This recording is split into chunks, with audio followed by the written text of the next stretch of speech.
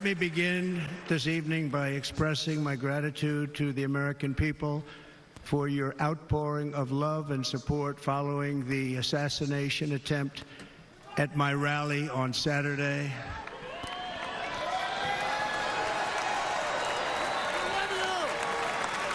As you already know, the assassin's bullet came within a quarter of an inch of taking my life. So many people have asked me, what happened? Tell us what happened, please. And therefore, I will tell you exactly what happened, and you'll never hear it from me a second time because it's actually too painful to tell. It was a warm, beautiful day in the early evening in Butler Township in the great Commonwealth of Pennsylvania. Music was loudly playing, and the campaign was doing really well. I went to the stage, and the crowd was cheering wildly. Everybody was happy. I began speaking very strongly, powerfully, and happily because I was discussing the great job my administration did on immigration at the southern border. We were very proud of it.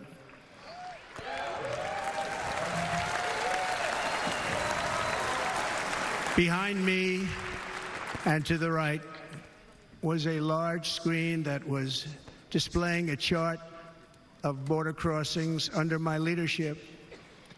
The numbers were absolutely amazing. In order to see the chart, I started to, like this, turn to my right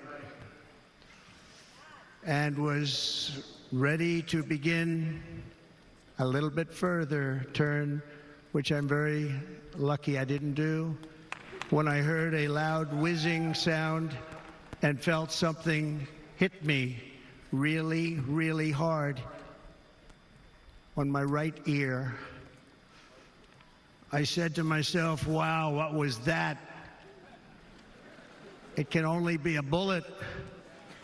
And moved my right hand to my ear, brought it down. My hand was covered with blood, just absolutely blood all over the place. I immediately knew it was very serious, that we were under attack, and in one movement proceeded to drop to the ground. Bullets were continuing to fly as very brave Secret Service agents rushed to the stage, and they really did. They rushed to the stage.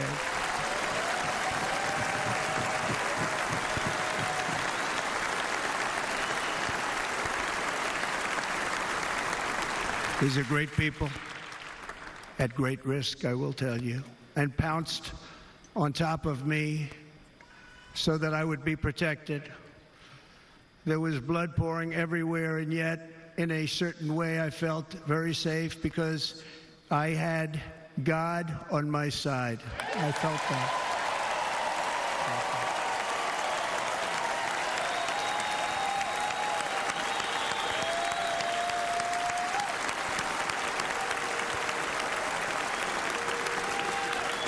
The amazing thing is that prior to the shot, if I had not moved my head at that very last instant, the assassin's bullet would have perfectly hit its mark, and I would not be here tonight. We would not be together. The most incredible aspect of what took place on that terrible evening in the fading sun was actually seen later. In almost all cases, as you probably know, and when even a single bullet is fired, just a single bullet, and we had many bullets that were being fired, crowds run for the exits or stampede, but not in this case. It's very unusual.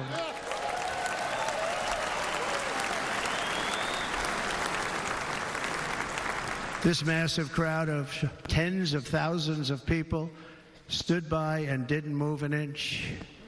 In fact, many of them bravely but automatically stood up looking for where the sniper would be. They knew immediately it was a sniper.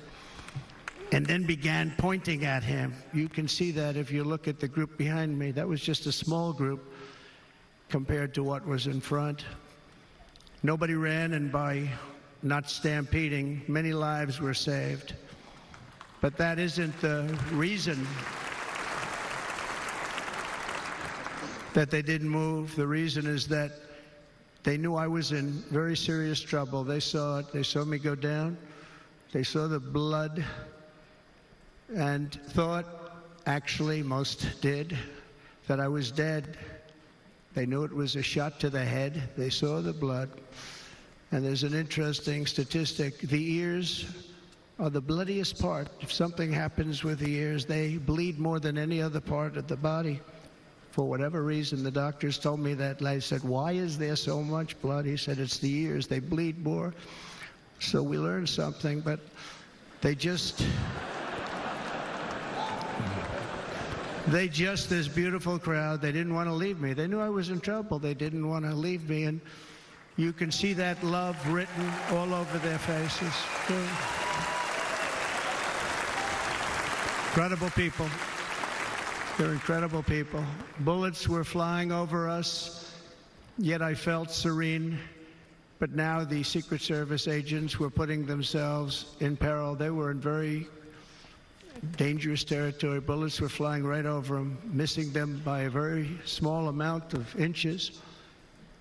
And then it all stopped. Our Secret Service sniper, from a much greater distance and with only one bullet used, took the assassin's life, took him out.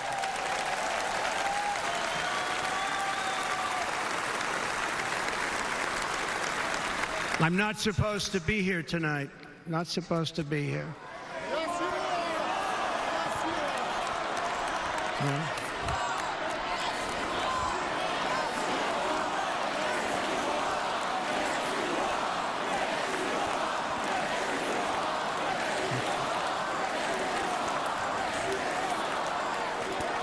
Thank you. But I'm not. And I'll tell you, I stand before you in this arena only by the grace of Almighty God.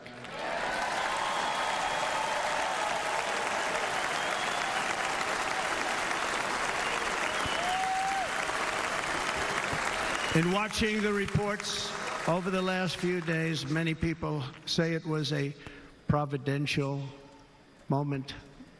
Probably was. When I rose, surrounded by Secret Service, the crowd was confused because they thought I was dead, and there was great, great sorrow. I could see that on their faces as I looked out.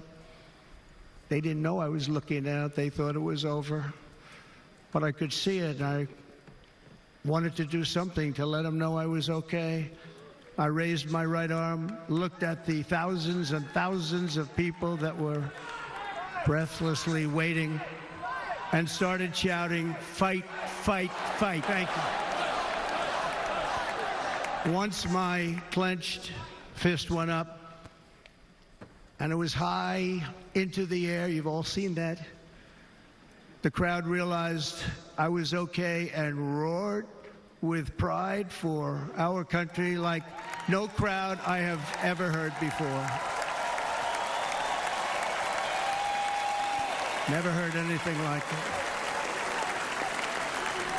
For the rest of my life, I will be grateful for the love shown by that giant audience of patriots that stood bravely on that fateful evening in Pennsylvania.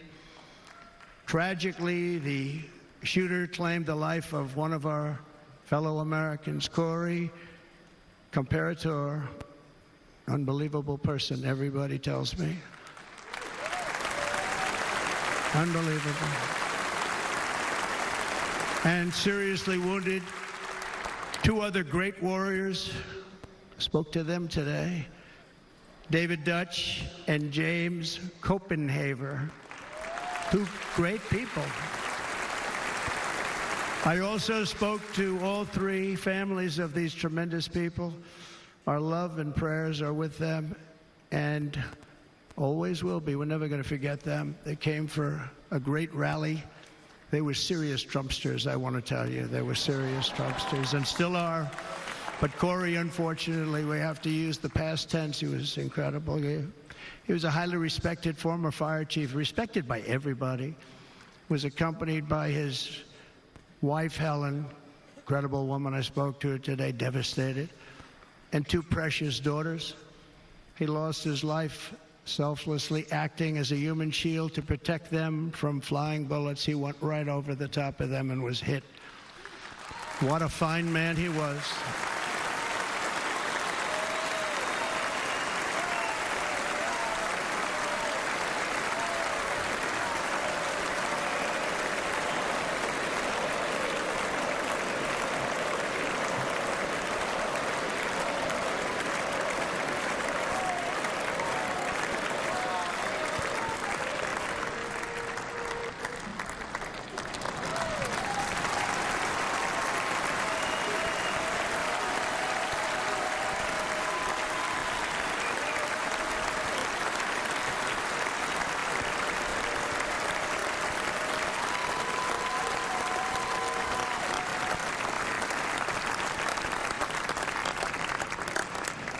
I want to thank the fire department and the family for sending his helmet, his outfit, and it was just something, and they're going to do something very special when they get it. But we did something which cannot match what happened, not even close.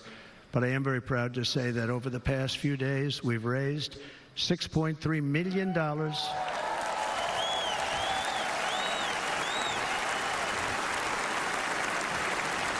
for the families of David, James, and Corey, including from a friend of mine just called up. He sent me a check right here. I just got it. $1 million from Dan Newland. Thank you, Dan. And again, when speaking to the family, I told them, I said, well, I'm going to be sending you a lot of money, but it can't compensate. They all said the same thing. You're right, sir. We appreciate so much what you're doing, but nothing can take the place in the case of Corey. And the other two, by the way, they were very, very seriously injured, but now they're doing very well. They're going to be okay. They're going to be doing very well.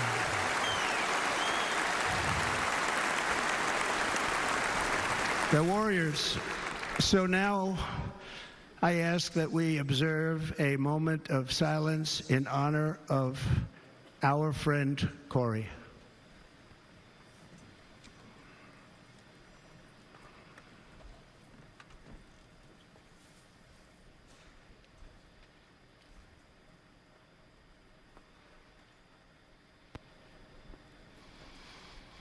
There is no greater love than to lay down one's life for others. This is the spirit that forged America in her darkest hours, and this is the love that will lead America back to the summit of human achievement and greatness. This is what we need. Despite such a heinous attack, we unite this evening more determined than ever. I am more determined than ever, and so are you. So is everybody in this room.